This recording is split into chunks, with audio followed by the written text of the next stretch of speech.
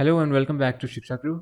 आज हम revolt of 1857 के जो चैप्टर है उसके लास्ट जो पार्ट्स हैं स्पेक्ट्रम में दिए हुए जो कि कॉन्सिक्वेंसेस एंड सिग्निफिकेंस है उसको डिस्कस करेंगे डिटेल में। एंड कि भाई क्या कॉन्सिक्वेंसेस रहे थे रिवोल्ट ऑफ 1857 के, एंड कि सिग्निफिकेंस क्या है मॉडर्न हिस्ट्री में इस वॉर की क्या सिग्निफिकेंस रही है, इस रिवोल्ट की पर्टिकुलरली। रिवोल्ट जो है, ये रिवोल्ट था जो अपना जो विद्रोह था, ये क्या मतलब इसकी सिग्निफिकेंस है भी या नहीं है हिस्ट्री में। वैसे काफ़ी ज़्यादा सिग्निफिकेंट है ये, एंड बेसिकली इसलिए इससे काफ़ी क्वेश्चंस भी आते हैं, एंड ये बुक का पार्ट भी है obviously. And so let's move forward and see what the consequences of the war were. So consequences, the revolt of 1857 marks a turning point। जो revolt of 1857 है marks a turning point in the sense कि ये जो modern history जो history है, भारत की जो history रही है, उसमें एक टर्निंग पॉइंट था इस एस्पेक्ट में कि इसने जो है लोगों में नेशनलिज्म की फीलिंग जो है अब उत्पन्न कर दी थी। और इससे हुआ क्या था कि जो ब्रिटिश की पॉलिसीज़ थी जो अभी तक तो बस वो अपने एक्सपेंशन करने पे लगे हुए थे एंड एक्सप्लॉयटेशन पे लगे हुए थे। अब उन्होंने बेसिकली इंडिया को और भी ज़्यादा अपने अंडर लेने का ठान लिया था कि ये इसे हम अब बिल्कुल ही कंट्रोल करेंगे, क्योंकि जो चेंजेस इन द पॉलिसीज़ थे और एडमिनिस्ट्रेशन थी ब्रिटिश की इंडिया के टूवर्ड्स, तो वो काफ़ी मतलब 1857 के बाद बदल चुकी थी। सेकंड पॉइंट में है even before the complete suppression होने से पहले, रिवोल्ट के जो सप्रेशन होने से पहले भी जो ब्रिटिश पार्लियामेंट थी उसने अगस्त 2 1858 को ये पास कर दिया था act better government of India नाम का। मतलब जब रिवोल्ट हमारा सप्रेस भी नहीं हुआ था, उससे पहले ही जो ब्रिटेन में जो है 1858 में ये बेटर गवर्नमेंट ऑफ इंडिया नाम का एक्ट ऑलरेडी पास हो चुका था, जिस एक्ट में जो इस एक्ट के बेसिकली जो पॉइंट्स हैं, उसने जो क्वीन विक्टोरिया है उनको सॉवरेन ऑफ ब्रिटिश इंडिया का बना दिया गया था। तो बेसिकली क्वीन वॉज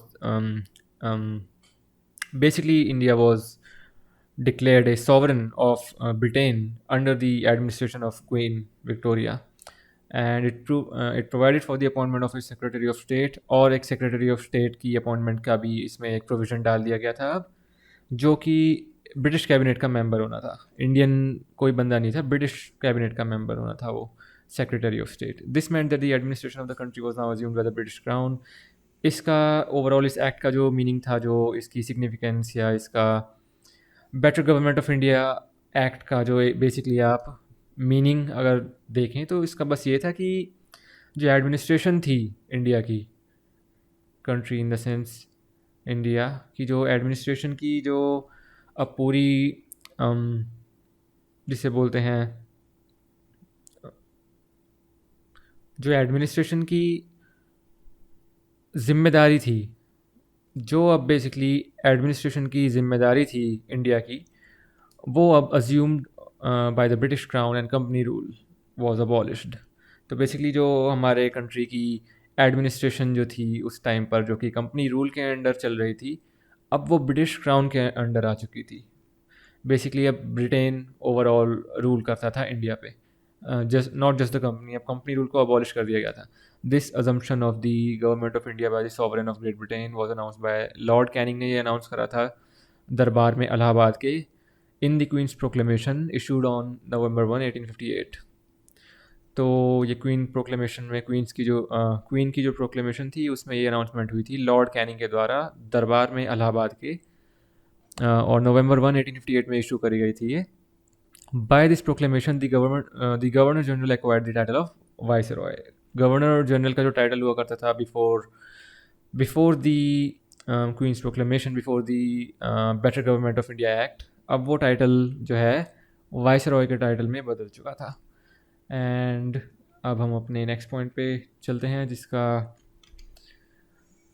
जो कि है many of the promises made in the proclamation appear to be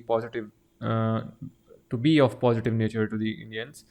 on paper जो प्रोमिस किए गए थे इस प्रोक्लेमेशन में, वो पॉजिटिव नेचर के थे इंडियंस के टूवर्ड्स। बेसिकली ऑन पेपर जो सारी बातें लिखी गई थी क्वीन के प्रोक्लेमेशन में, ब्रिटेन के द्वारा, वहाँ की एडमिनिस्ट्रेशन के द्वारा जो भी उन्होंने डिसीजन लिए थे, वो दिखने में तो पॉजिटिव नेचर की थी उस टाइम पर।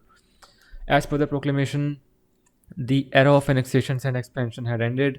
तो वही जो कि रिवोल्ट ऑफ 1857 का मेन इशू था, वहाँ के जो जो हमारे इंडियन प्रिंसेस हैं उनका मेन इशू एनेक्सेशन का था, एक्सपेंशन का था, और ये जो लैंड हथिया लिए जाते थे बेसिकली कंपनी रूल के द्वारा, तो वो अब एंड हो चुका था उसका। प्रोक्लेम एज़ पर दी प्रोक्लेमेशन में ये डिफ़ाइन किया गया था कि अभी एनेक्सेशन और एक्सपेंशन की जो थी कंपनी रूल की पॉलिसी, अब ये नहीं होगी। और ब्रिटिश ने प्रॉमिस किया कि dignity and rights of native princess को प्रॉमिस मतलब रिस्पेक्ट करने का। बेसिकली नेटिव प्रिंसेस को मतलब इज़्ज़त दी जाएगी, एंड उनके जो जो भी एनेक्सेशन हुई है वगैरह वगैरह उन्हें वापस भी कर दी जाएगी। And the Indian states were henceforth to recognize the paramountcy of British Crown and were to be treated as part of single charge। तो जो उन्हें एनेक्सेशन जो थी उन्हें वापस तो नहीं करी गई स्टेट्स, लेकिन जो इंडियन स्टेट्स जो एक्वायर कर ली गई थी वो ब्रिटिश पैरामाउंटसी के अंदर आ चुकी थी, and were to be treated as parts of a single charge. And the people of India were promise freedom of religion promise करी गई थी, क्रिश्चियनिटी को स्प्रेड करना जो कंपनी रूल के टाइम में था। भले ही वैसे आगे चला, क्रिश्चियन मिशनरीज़ वगैरह इसके बाद भी थे, एंड उन्होंने क्रिश्चियनिटी में कन्वर्ट करने का काफ़ी कोशिश भी करी थी 1857 के बाद और क्वींस प्रोक्लेमेशन के बाद भी। लेकिन ऑन पेपर ये जो प्रॉमिस करा गया था कि फ्रीडम ऑफ रिलीजन है सबको, एंड इंटरफेरेंस भी नहीं होगी ब्रिटिश के द्वारा, जो कि फिर भी हुई थी आगे। And the proclamation also promise equal and impartial protection under law to all Indians. Proclamation ने ऑल्सो इक्वालिटी प्रॉमिस करी थी, इम्पार्शियल प्रोटेक्शन अंडर लॉ, कि भाई जो लॉ के अंडर, जो कोर्ट्स के अंडर हैं, जो भी मतलब इवेंट इंसिडेंट्स होते हैं वो इक्वली ट्रीट करे जाएंगे। उसमें कोई रेशियल मोटिव फैक्टर नहीं होगा कि भाई वाइट जज है, अगर वाइट एडवोकेट हैं तो मतलब वो इंडियंस को जो है जस्टिस प्रोवाइड नहीं करेंगे वगैरह वगैरह। तो प्रोक्लेमेशन के अंडर ये सब कहा गया था कि इक्वालिटी होगी और equal and impartial protection under law to all Indians besides equal opportunities in government services. ये भी कहा गया था कि जो गवर्नमेंट सर्विसेज थी इससे पहले जहाँ की सिर्फ वाइट्स रिजर्व थे, एंड प्रमोशंस जो हैं इंडियंस को नहीं दी जाती थी। प्रोक्लेमेशन में ये भी कहा गया था कि इक्वल अपॉर्चुनिटीज़ प्रोवाइड करी जाएंगी irrespective of race and creed, मतलब जाति धर्म के आधार पर नहीं होगा अभी, और जैसा होना चाहिए वैसा होगा। ऑन पेपर ये सब कहा गया था प्रोक्लेमेशन में। In it was also promised that old Indian customs and practices would be given due regard while framing the law को बनाते टाइम जो इंडियन ट्रेडिशनल कस्टम्स हैं, प्रैक्टिसेस हैं, उन्हें रिगार्ड में रखा जाएगा। ये नहीं कि उन्हें बिल्कुल डिस्कार्ड कर दिया जाएगा जैसा कि ये पहले करा गया था। आगे है हमारा the army was thoroughly reorganized and British military policy came to be dominated by the idea of divide and counterpoise। अब ये जो हम पढ़ रहे हैं ये कोई पॉजिटिव फैक्टर नहीं है कॉन्सिक्वेंस का, ये एक नेगेटिव फैक्टर है, और ये एक रियल फैक्टर है जो कि ऑन पेपर बातें तो इक्वालिटी की करी गई थी, एंड और भी सारी बातें करी गई थी कि भाई equal representation and promotions government service में इंडियंस की इन्वॉल्वमेंट वगैरह वगैरह। लेकिन अब हम जो पढ़ेंगे वो बिल्कुल इसको जो है ऑपोजिट स्टेटमेंट है उन प्रोक्लेमेशन की, कि भाई the army was thoroughly reorganize, army को रीऑर्गेनाइज करा गया था thoroughly in the sense it was basically ये स्क्रैच से रीऑर्गेनाइज करी गई थी आर्मी जो है। और British military policy came to be dominated by the idea of divide and counterpoise, जो कि रिवोल्ट ऑफ 1857 में हमने पढ़ा है कि भाई 1857 जो है एक मतलब इसमें यूनिटी फैक्टर जो था, यूनिटी अमंग इंडियंस, वो एक सबसे बड़ा फैक्टर था, और जिसकी वजह से ब्रिटिश को काफ़ी लॉस भी हुआ था। अगर मानिए कि यूनिटी ना होती इंडियंस में और सब अपने जो है डिवाइडेड रहते धर्म के आधार पर, जाति के आधार पर, तो ये जो जो स्केल गया था इस वॉर का, जो इस रिवोल्ट का, रेबेलियन का जो स्केल गया था, वो मेरे ख्याल से मुझे लगता नहीं कि कोई सिग्निफिकेंट स्केल पे जाता वो, या उसकी सिग्निफिकेंस होती, या ओपोज जिस लेवल पे अंग्रेज़ों के भी, जो ब्रिटिश के भी काफ़ी लीडर कंपनी रूल के मरे थे उस टाइम पर, मुझे नहीं लगता कि अगर इसमें यूनिटी फैक्टर ना होता इंडिया का तो क्या पता कि ये इस स्केल पे ना पहुंच पाता। और इसी चीज़ को इन्होंने जो है काफ़ी मतलब हमें पता ही है कि ये कितने माइंड से चलते थे और इनको कितना वॉर वगैरह का एक्सपीरियंस था ही, तो इन्होंने सबसे पहले जो है रीऑर्गेनाइजेशन करी आर्मी की, जिसमें बेसिक आइडिया ये था कि जो कम्युनल कम्युनलिज्म जो लाए थे, जो आज भी हमारे इंडिया में अब जो है बिल्कुल बस चुका है कम्युनलिज्म, वो जो है वो इनकी देन है। Divide and counterpoise in the sense, counterpoise का मतलब जो होता है वो है न्यूट्रलाइज करना, कि डिवाइड करो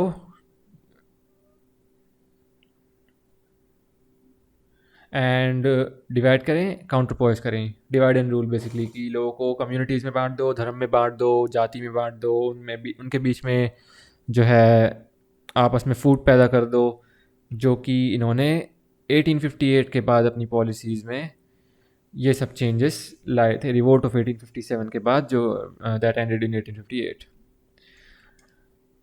and British could no longer depend on Indian loyalty. India की लॉयल्टी पे वो डिपेंड अब नहीं कर सकते थे, क्योंकि वो रिवोल्ट ऑफ 1857 में रेबेलियन में, जो इंडियन रेबेलियन था, उसमें ऑलरेडी सीपॉय म्यूटिनी हो चुकी थी। तो उन्होंने अब इंडियन सीपॉयज़ वगैरह को ट्रस्ट करना बिल्कुल बंद कर दिया था। So the number of Indian soldiers were drastically reduced. जैसे कि हमने डिस्कस करा कि ये जो सोल्जर्स थे, इंडियन सिपाही काफ़ी हुआ करते थे उस टाइम पे, before the rebellion.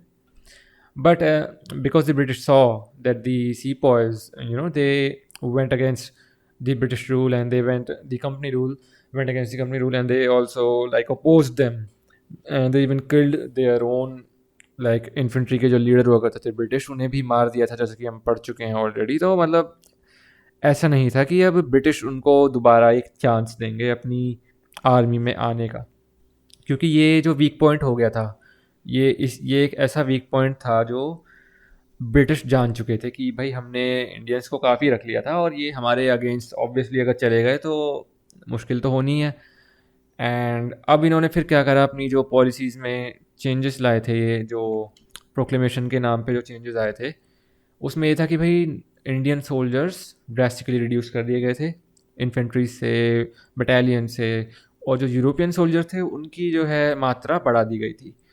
And the concept of divide and rule was adopted, जैसा कि हमने अभी प्रीवियसली डिस्कस करा कि जो concept of divide and rule है, कम्युनलिज्म, कास्ट, कम्युनिटी, रिलीजन में बांटने वाला जो रूल है, जो कि इस टर्निंग पॉइंट के बाद, जो 1857 के बाद बढ़ता ही गया, ये बहुत ही ज़्यादा स्केल पे ले जा चुके थे ब्रिटिश से, बिल्कुल एंड तक, आज़ादी तक। और उसका हम परिणाम देख भी चुके हैं। Was adopted with separate units, जो सेपरेट यूनिट्स क्रिएट करने लगे थे ये ब्रिटिश, सेपरेट यूनिट्स बनाने लगे थे अब, कि भाई मुस्लिम्स की यूनिट अलग थी, कास्ट में भी जो डिवाइडेड थे उनकी अलग थी, कम्युनिटीज़ की अलग थी, हिंदूज़ की अलग थी।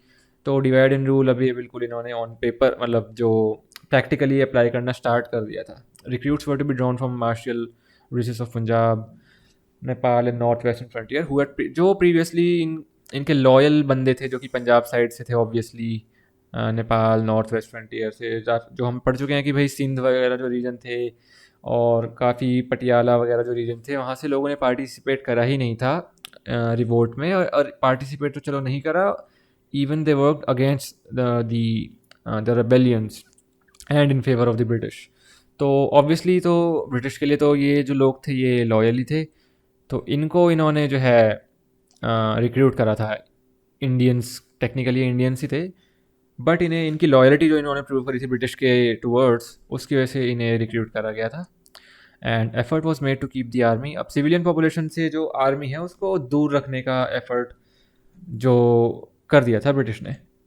द आर्मी अमेलगमेशन स्कीम, ये जो स्कीम थी, एक्ट था 1867 का, आर्मी अमेलगमेशन स्कीम। अमेलगमेशन का मतलब बेसिकली होता है टू मर्ज कर देना, जो होता है merge, and move the company's European troops to service of the crown. तो जो कंपनी के यूरोपियन ट्रूप थे इंडिया में, उनको क्राउन की सर्विसेज के लिए अमेलगमेट कर दिया गया था, मर्ज कर दिया गया था। Further the European troops in India were constantly revamped by periodical visits to England, sometimes termed as linked battalion schemes. तो ये लिंक्ड बटालियन स्कीम जो थी, जो यूरोपियन ट्रूप्स इन इंडिया में थी, वो रिवैम्प करी जाती थी periodical visit to England. England में पीरियोडिकल विजिट होती थी इन यूरोपियन सोल्जर्स की, और वहाँ पे ही ये मतलब ट्रेन होते थे, या जो भी करते थे, स्ट्रैटेजीज इन्वॉल्व होती थी। तो ये लिंक्ड बटालियन स्कीम थी। All Indian artillery units except a few mountain batteries were made defunct. जो भी इंडिया की आर्टिलरी यूनिट्स थी जिसमें नेटिव पॉपुलेशन जो इन्वॉल्व थी, इंडियन सी फौज थे, एंड माउंटेन बैटरीज जो थी उन्हें डिफंक्ट कर दिया गया था। Basically they were completely halted. All higher posts in the army and the artillery departments were reserved for the Europeans, जो कि प्रूव करता है कि जो ऑन पेपर प्रोक्लेमेशन में बातें कही गई थी कि भाई इक्वल डिस्ट्रीब्यूशन होगा गवर्नमेंट पोजीशंस पे वगैरह वगैरह, ऑन पेपर तो ये सब था, but as we can see कि भाई जो डिपार्टमेंट्स थे वो अभी भी यूरोपियंस के लिए ही रिजर्व थे। Till the first decade of the 20th century, no Indian was thought fit to deserve the King's Commission, and a new English recruit was considered superior to an Indian officer holding the Viceroy Commission. तो वही है कि भाई superiority वाला complex इनमें से अभी भी नहीं गया था। क्वीन ने कुछ भी प्रोक्लेमेशन में अपनी लिख दिया हो ऑन पेपर, जो लिखित की बातें थी वो कुछ भी नहीं थी, बेसिकली वो बस लिखित में ही थी। बाकी अभी भी no Indian was thought fit to deserve the king's commission, नया English recruit was considered superior वगैरह वगैरह, वही जो हम ऑलरेडी देख चुके हैं, superiority complex and treating Indians as sub humans वगैरह वाला बिहेवियर अभी भी कॉन्स्टेंटली था। The era of reforms came to an end as liberals in Britain began to believe that Indians were beyond reform. तो जो रिफॉर्म वगैरह इन्होंने करे थे कि भाई विडोरी मैरिज एक्ट जो था, और भी जो रिफॉर्म्स इंडिया में लाए थे, एजुकेशन वगैरह के जो रिफॉर्म इन्होंने, वो तो खैर बाद में करे हैं काफ़ी, बट इस पीरियड में इन्होंने रिफॉर्म्स करना बंद कर दिया था, जिससे बेसिकली इंडिया का बात ये हुई कि इन्हें भी कुछ करना नहीं पड़ा एंड इंडिया में भी फिर डेवलपमेंट नहीं हो पाई। और इन्होंने क्या, अपने जो कंट्री है, जो ब्रिटेन था जिस ज़माने में, जब वहाँ पे लिबरल्स जो लोग थे, जो जो ऐसी चीज़ों के अगेंस्ट रहते हैं लिबरल्स मोस्टली, तो उन्हें ये दिखा दिया गया था ब्रिटिश गवर्नमेंट के द्वारा और कंपनी रूल के द्वारा, और ये जो इंडिया में जो लोग राज कर रहे थे उस टाइम, उनके उनके द्वारा लिबरल्स को अपनी कंट्री में और इवन पूरे वेस्ट में ये दिखा दिया गया था कि इंडिया सब ह्यूमन कंट्री है एक, क्योंकि उन्होंने कितनी अट्रॉसिटीज़ करी हैं अंग्रेज़ों के प्रति रिवोल्ट ऑफ 1857 में, एंड कितने बच्चे मारे उन्होंने उन्होंने ब्रिटिश ने अपनी बातें नहीं बताई थी कि हमने कितनी अट्रॉसिटीज़ करी हैं, हमने क्या क्या करा। तो वेस्ट में एक पिक्चर जो दिखाई जाती थी इंडिया की, वो नेगेटिव पिक्चर दिखाई जाती थी, और जो ब्रिटेन की अपनी खुद की जो इमेज ये दिखाते थे वेस्ट में और अपने खुद की कंट्री में, अपनी पॉलिटिक्स में जो लिबरल्स को और भी ज़्यादा वेस्टर्न कंट्रीज़ में उस टाइम पर, तो यही दिखाया जाता था कि हम तो उनका भला करना चाह रहे हैं, बट वो भला करवाना नहीं चाह रहे अपना। तो वहाँ के लिबरल्स को भी भाई ये लगा, सही बात है कि भाई इंडियंस तो मेरे ख्याल से रिफॉर्म के बियॉन्ड ही हैं, फिर लोगों को वहाँ पे लिबरल्स को ये लगा। इससे क्या हुआ कि ये जो रिएक्शन था लिबरल्स का in England made the British empire in India more autocratic.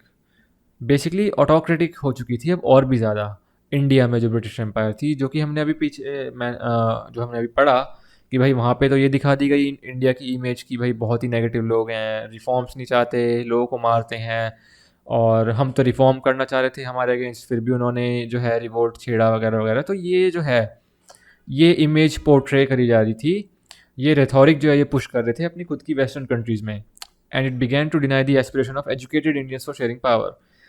भाई लिबरल्स को अब कुछ लेना देना नहीं, उन्होंने तो पता चल गया हाँ भाई इंडिया एक सब ह्यूमन कंट्री है और हम तो उन पर एक तरीके का एहसान ही कर रहे हैं, हम उन्हें जो है, हम तो उनकी अच्छाई में ही उनको रूल कर रहे हैं। ये प्रोपागेंडा एक तरीके से फैला दिया गया था। कॉन्जर्वेटिव्स अब जो है उनकी नज़रों में इंडिया नेगेटिव हो चुका था, वेस्ट पूरे वेस्ट की नज़रों में, जो बेसिकली इंडिया आते नहीं थे। जैसे कोई बंदा मान लीजिए आया है इंडिया ट्रैवल करके उस ज़माने में, किसी कोई यूएस से आया है, कोई कनाडा से आया है, कोई कहीं से भी आया है, मतलब जिस जो फिज़िकली इंडिया में नहीं आया, उसे ये जो पुश करा जाता था प्रोपोगेंडा कि इंडियंस ख़राब हैं। ऑब्वियसली जो आके यहाँ देखते थे उन्हें पता चल जाता था पूरा सिनेरियो उस टाइम पे, जो मीडिया वाले जर्नलिस्ट आते थे, ट्रैवलर आते थे, उन्हें दिख जाता था। And it began to deny the aspiration of educated Indians for sharing power. जैसा कि हमने देखा कि 1857 में कौन सी क्लास मिसिंग थी। रिवोल्ट ऑफ 1857 में मिसिंग एक तो अपने रिच पीपल ही थे ऑब्वियसली, बट जो मेजर क्लास जिसका पार्टेक करना काफ़ी जो है इम्पॉर्टेंट होता हमारे जो जो ये रिवोल्ट था, वो थी एजुकेटेड इंडियंस। उन्हें क्योंकि ये रिवोल्ट सिर्फ एक बैकवर्ड थिंकिंग के लोगों का एक रिएक्शन लगा था मॉडर्निटी के टूवर्ड्स, तो ये क्लास मिसिंग थी। लेकिन अब ये मिसिंग नहीं रहेगी, जैसा कि हम जानते हैं कि मॉडर्न नेशनलिज्म 1857 के बाद ही उत्पन्न हुआ, जिसमें जो एजुकेटेड क्लास, इवन जो एजुकेटेड क्लास है उनकी कंट्रीब्यूशन ज़्यादा रही है नॉर्मल क्लास से।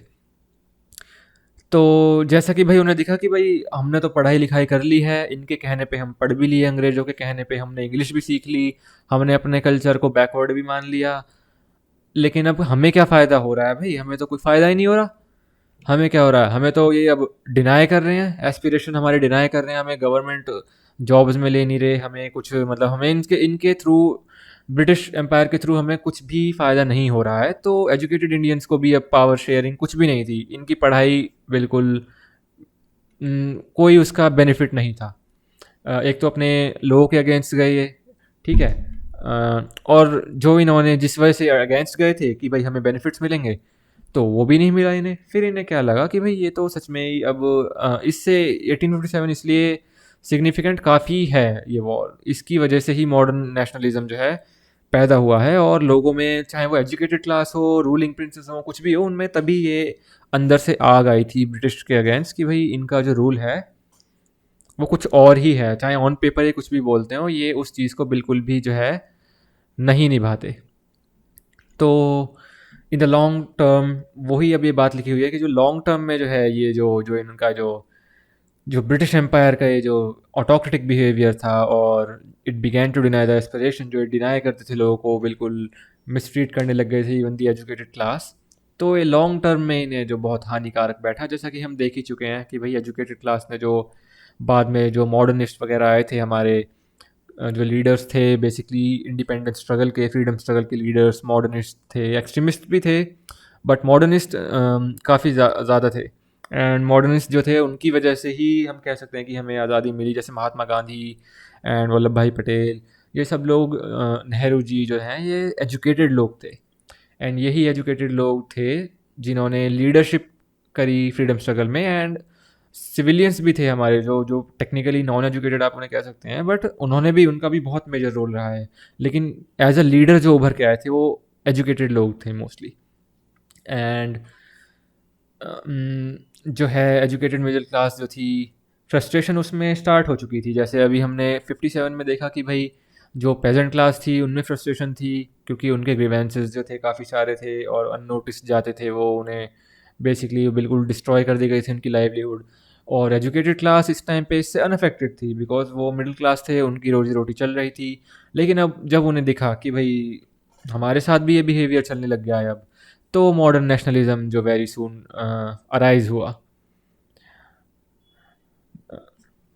एंड फिर क्या होता है लॉन्ग टर्म में, जो ब्रिटिश को इस एटीट्यूड का जो है बहुत ही काफ़ी बड़ा मतलब हर्जाना चुकाना पड़ा। बेसिकली इन्हें कंट्री ही छोड़नी पड़ गई थी। जो हमारा इंडिपेंडेंस स्ट्रगल था वो सक्सेसफुल हुआ था, हमारे सभी जो लोग इन्वॉल्व थे उसमें, चाहे वो एजुकेटेड क्लास हो, चाहे वो पेजेंट क्लास हो, सिविलियंस हो, कोई भी हो, उन सबका एक कंबाइंड स्ट्रगल था जिसकी वजह से हमें freedom mill pi, independence mill pi. And the policy of divide and rule was use strategically. ये जो policy of divide and rule हम डिस्कस कर चुके हैं ऑलरेडी, स्ट्रेटेजिकली इसका यूज़ करा गया था ब्रिटिश के द्वारा।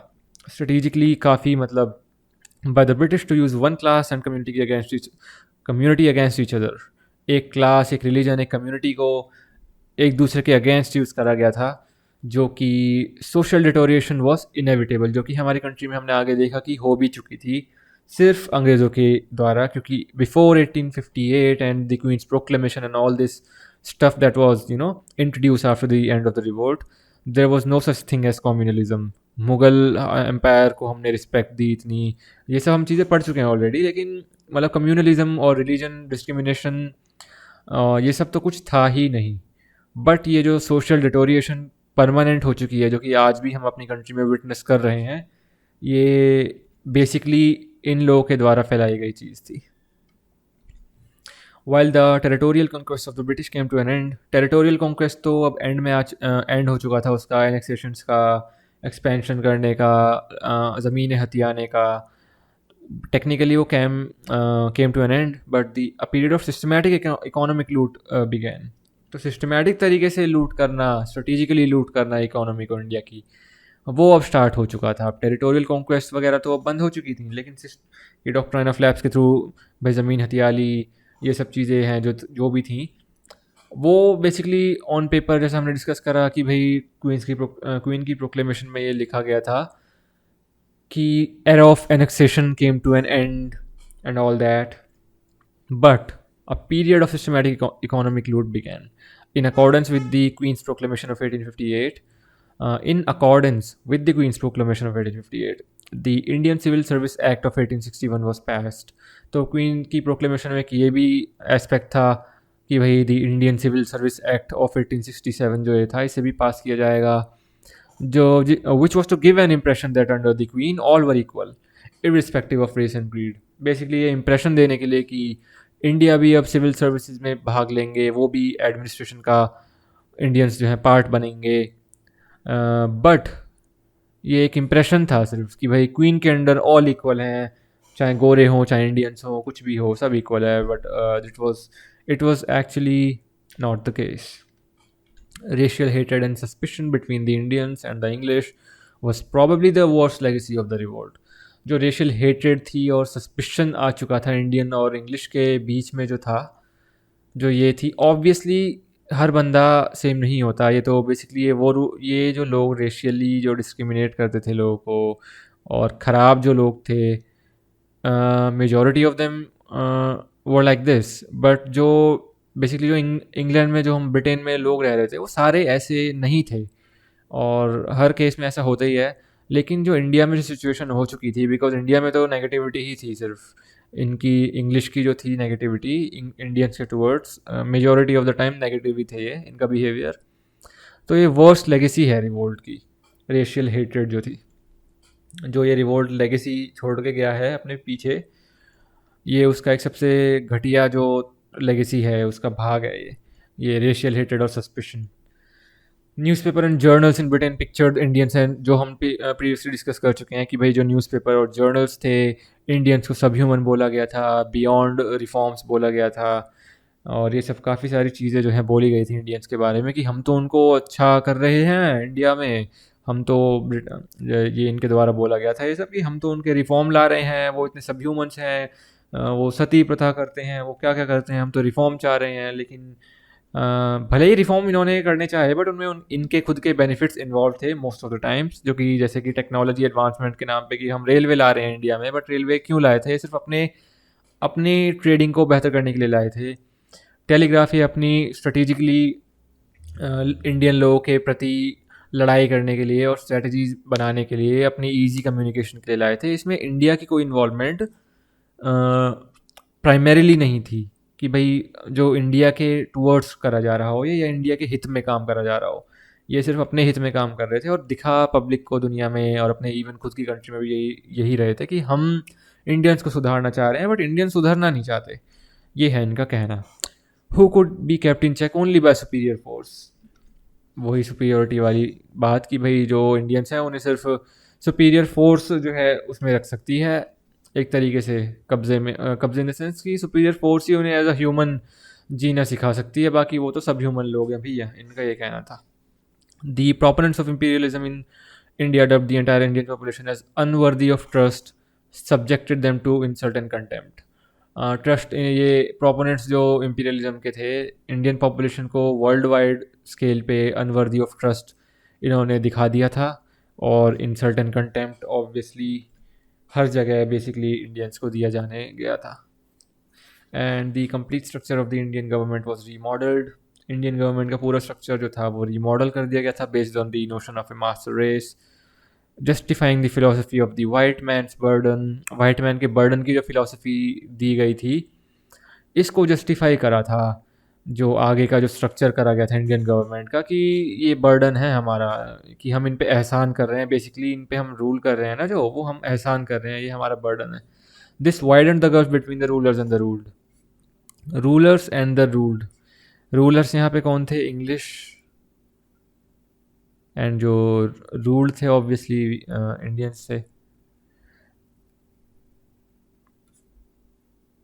तो वाइडेंड द गल्फ, बेसिकली इसने और भी ज़्यादा गैप क्रिएट कर दिया, और भी ज़्यादा फूट डाल दी इंडियंस के प्रति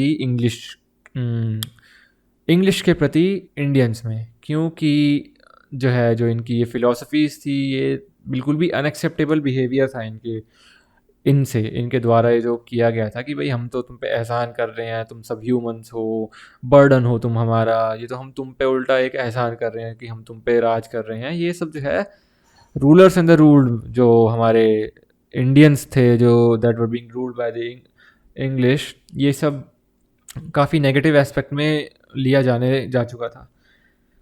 and besides causing eruption of political controversies के demonstration act of violence in the coming period, जो हम आगे देखेंगे इस बुक जो चैप्टर्स में, कि इनकी जो फ़िलासफ़ियाँ थी, ये आड़ी टेढ़ी जो फ़िलासफ़ी थी इनकी अपने आप को सुपीरियर बोलने की वगैरह वगैरह, इसके चक्कर में ही इनको अपना पूरा सब कुछ सिस्टम बर्बाद हो गया था इंग्लिश का भी एंड में आते आते दिस इंडिया में, क्योंकि causing eruptions of political controversies, India में पॉलिटिकल कंट्रोवर्सीज के इरप्शन होने लग गए थे इसके बाद, इनके बिहेवियर के बाद एजुकेटेड क्लास जाग चुकी थी सब, मतलब इनके अब कोई भी इंडिया में ऐसा नहीं था जो इनके अगेंस्ट ना हो, डेमोन्स्ट्रेशन होने लग गए थे, एक्ट्स ऑफ वायलेंस होने लग गए थे इन द कमिंग पीरियड। और ये सिर्फ जो हमने कॉन्सिक्वेंसेस डिस्कस करे हैं, ये सारे पॉइंट्स इंपॉर्टेंट जो थे ये कॉन्सिक्वेंसेस के पार्ट थे कि भाई क्या कॉन्सिक्वेंस हुए थे रिवोल्ट के बाद। आगे हम डिस्कस करते हैं, लास्ट पॉइंट है जो हमारा इस चैप्टर का, इस लेसन का, कि सिग्निफिकेंस क्या रही है इस रिवोल्ट की, कि what exactly is the significance of this particular revolt in Indian history. Significance में हम आते हैं कि भाई for the British the revolt was useful in a sense that it showed up the shortcomings in the companies administration. हम already ये point पढ़ चुके हैं कि भाई इंडियंस की लॉयल्टी वगैरह वगैरह ये सब इन्होंने जो है बेसिकली इस वॉर के द्वारा इन्हें पता चली ये सब चीज़ें, और अपनी शॉर्टकमिंग्स भी पता चली अपनी आर्मी की, अपनी एडमिनिस्ट्रेशन की, एंड विच दे रेक्टिफाइड, जो इन्होंने रेक्टिफाई कर दी थी, जो हम पढ़ चुके हैं कि भाई आर्मी पूरी स्क्रैच से रीऑर्गेनाइज करी गई थी, इंडियंस की इन्वॉल्वमेंट ज़ीरो हो चुकी थी उसमें, यूरोपियंस इन्वॉल्व थे, ऑफिशियल मोस्टली यूरोपियंस होते थे सिर्फ। These defects would never have been revealed to the world the revolt had not happened. अगर ये रिवोल्ट कभी हुआ नहीं होता तो ये जो डिफेक्ट थे इनकी पूरी एडमिनिस्ट्रेशन में कभी भी दुनिया के सामने आगे नहीं आते। For the Indians the revolt had a major influence on the course of the struggle of freedom. तो जो हम पढ़ ही चुके हैं कि भाई ये टर्निंग पॉइंट था इंडिया की हिस्ट्री में, और काफ़ी मेजर इन्फ्लुएंस रह चुकी है ये रिवोल्ट जो था, ये मेजर इन्फ्लुएंस रह चुका है आगे हमारे आने वाले फ्रीडम स्ट्रगल में, लीडर्स में। लीडर्स भाई इसके बारे में ऑब्वियसली पढ़ेंगे, जो हमारे नए नए लीडर्स इस टाइम पे पैदा हुए थे। इट वाज जस्ट 1858, 1858, इसके 1947 में हमें आज़ादी मिली है, तो नियरली 100 ईयर्स का, नियरली 90 ईयर्स 80 ईयर्स का जो पीरियड है, इसमें काफ़ी नए नए लीडर्स हमारे पैदा होंगे जो कि इस वॉर के बारे में पढ़ेंगे, जानेंगे, एंड देन इन्फ्लुएंस भी हुए थे जो इन चीज़ों से, इन चीज़ों को पढ़ पढ़ के फिर वो जो हमारा स्ट्रगल चला था, असली स्ट्रगल जो चला था, वो आगे हम पढ़ेंगे। काफ़ी इंटरेस्टिंग कहानी रही है इंडिया के फ्रीडम स्ट्रगल की, and of course it bought out in the open. इस रिवोल्ट के थ्रू जो ग्रीवेंसेस थे लोगों के और सीपॉइस के, वो ओपन में आए, and which were seen to be genuine, और वो जेन्युइन ही थे, ऐसा कुछ नहीं था कि भाई झूठ हो या बस एक लड़ाई करने का बहाना हो। लोग सच में तंग थे, चाहे वो रूलर हो, वो अब इनकी वैसी पॉलिसी से तंग थे, सिविलियंस हमारे जो थे वो अपनी गरीबी जो इनके द्वारा फैला दी गई थी उससे तंग थे, सीपॉइज अपने रिलीजियस इश्यूज से तंग थे। तो बेसिकली जेन्युइन इश्यूज़ ही थे वो, कोई मेड अप इश्यूज़ नहीं थे। However it was also obvious that the primitive arms, जो कि प्रिमिटिव इन द सेंस की, जो प्रिमिटिव प्रिमिटिव उसे बोला जाता है कि जो बिल्कुल बेसिक बेसिक बेसिक ज़माने के जो आर्म्स थे हम पे, arms in the sense weaponry जो हम पे थी primitive, decades old, aged old जो थी वो, जो एज ओल्ड प्रिमिटिव आर्म्स थे हमारे पास, which the Indians possessed were no match for the advance weapon of the British. तो जो हम पे जो पुराने ज़माने के हथियार थे जो हमारे इंडियंस सी पॉइस पे थे और इंडियंस पे जो थे, वो कोई मैच नहीं थे एडवांस वेपन, जो मस्किट वगैरह आ चुकी थी उस टाइम पे। इन पे तो एनफील्ड राइफल्स वगैरह काफ़ी थी, राइफल वगैरह ही थी मोस्टली इन पे, ये कोई स्वॉर्ड वगैरह से नहीं लड़ते थे उस ज़माने में। Further more the senseless atrocities committed by, और जो एट्रोसिटीज़ कमिट करी गई थी दोनों साइड से ही, ऐसा नहीं है कि भाई एक ही साइड से करी गई हों, shocked the Indian intellectuals who were convinced that violence was to be avoided in any struggle for freedom. जिनका ये एक मानना था कि भाई वायलेंस अवॉइड होगी तो मतलब तो ही आज़ादी मिलेगी वगैरह वगैरह। लेकिन ये जो एट्रॉसिटीज़ कमिट करी गई थी दोनों की साइड से, इन्होंने इन लोगों को शॉक कर दिया था कि भाई वायलेंस दोनों साइड से हुई है और मतलब काफ़ी ग्रूसम रहा था ये। The educated middle class which was a growing section did not believe in violence, ये वायलेंस में बिलीव नहीं रखते थे, इसलिए इन्होंने पार्टेक भी नहीं करा था कि ये तो गंवार हैं, ये तो अनपढ़ लोग हैं लड़ते हैं, ये अनपढ़ लोग ही लड़ते हैं, इनका ये मानना था। लेकिन जब इन्होंने देखा कि भाई अंग्रेज़ों ने भी प्रॉपर उसमें लड़ाई करी है और बहुत ज़्यादा मतलब एट्रॉसिटीज़ करी हैं उन्होंने भी, ऐसा नहीं है कि उन्होंने वो टेक्निकली वो पढ़े लिखे थे तो उन्होंने कुछ नहीं करा, उन्होंने तो और भी ज़्यादा मतलब काफ़ी उनके जो वायलेंस थी वो काफ़ी मतलब सिग्निफिकेंट स्केल की थी कि भाई जैसे उन्होंने जो है बहादुर शाह जफ़र के जो बेटे थे उनको उनके सामने मार दिया था, और जो शाह अमल थे उनको बिहेड करके उनका सर वगैरह मतलब उनकी डिकैपिटेट करा था। मतलब काफ़ी सारी ऐसी चीज़ें हैं जो इनकी साइड ब्रिटिश की साइड से भी हुई थी, और जिसने एजुकेटेड क्लास को ये दिखा दिया था कि ये कोई इतने अच्छे और एंजल लोग नहीं हैं, क्योंकि ये जस्ट बिकॉज ये पढ़े लिखे हैं इसका मतलब ये नहीं कि एट्रॉसिटीज़ नहीं करते। तो उससे ये भी लोगों में आगे चीज़ें आई कि भाई ऐसा नहीं है कि वायलेंस सिर्फ एक ही क्लास करती है या कि वायलेंस अवॉइड होगी तो ही फ्रीडम स्ट्रगल होगा। The revolt, however, established the local traditions of the resistance to British rule, which were to be of help in the course of national struggle for freedom. तो जो local tradition establish हो गए थे resistance करने के British rule के against, और जिसके आगे आगे हमारा जो नेशनल स्ट्रगल फॉर फ्रीडम था वो कंटिन्यू हुआ। एंड इसके साथ हमारा जो रिवोल्ट ऑफ 1857 चैप्टर था ये एंड हो चुका है, जिसमें हमने काफ़ी सारा जो इम्पोर्टेंट चीज़ें हैं वो हमने इसके थ्रू कवर करी। क्या क्या इवेंट्स रहे जिनकी वजह से शुरू हुआ था, सिग्निफिकेंस क्या रही वॉर की, लीडर्स कौन कौन थे, कौन कौन से रीजन्स इन्वॉल्व थे, कौन कौन से कॉजेस थे, इकोनॉमिक कॉजेस क्या थे, एंड नेचर क्या था वॉर रिवोल्ट का, नेचर क्या था। और इसमें जो पॉजिटिव एलिमेंट्स आए थे वो हिंदू मुस्लिम यूनिटी हम देख चुके हैं ऑलरेडी। हिंदू मुस्लिम यूनिटी एक काफ़ी जो है मेजर इम्पॉर्टेंट फैक्टर था ये काफ़ी, इसकी वजह से रिवोल्ट जितनी सक्सेस पे पहुंचा ये इसी यूनिटी की वजह से पहुंचा था। And not just Hindu Muslim unity, overall unity among the Indians as well. And जो है कि भाई सिग्निफिकेंस हम ऑलरेडी इस चैप्टर में आप कवर कर चुके हैं कि हिस्ट्री में इसकी क्या इम्पोर्टेंस है, सिग्निफिकेंस, एंड क्या सिग्निफिकेंस है इसकी और क्या कॉन्सिक्वेंसेस रह चुके हैं। कॉन्सिक्वेंसेस जो थे वॉर के वो क्या थे, क्या क्वीन की प्रोक्लेमेशन आई, क्या क्या इनकी पॉलिसी में चेंज आए, तो वो सब इसके द्वारा, इस चैप्टर के द्वारा, इस लेसन के द्वारा हमने पढ़ा। काफ़ी इंपॉर्टेंट लेसन था ये, जैसे कि हम जानते हैं marks the turning point of the national freedom struggle and nationalism among the Indians. And आगे आगे हम पढ़ेंगे और भी इंटरेस्टिंग जो चैप्टर्स हैं बुक में उन्हें भी हम कवर करेंगे। And I hope that you found the entire series helpful, and आपको जानने को मिला होगा काफ़ी कुछ, और जितने भी आपके डाउट्स थे या कुछ भी था वो सब कुछ क्लियर हुआ होगा। एंड इसी के साथ हम अपने इस चैप्टर को एंड करते हैं, and we will see you in the next one. Thank you.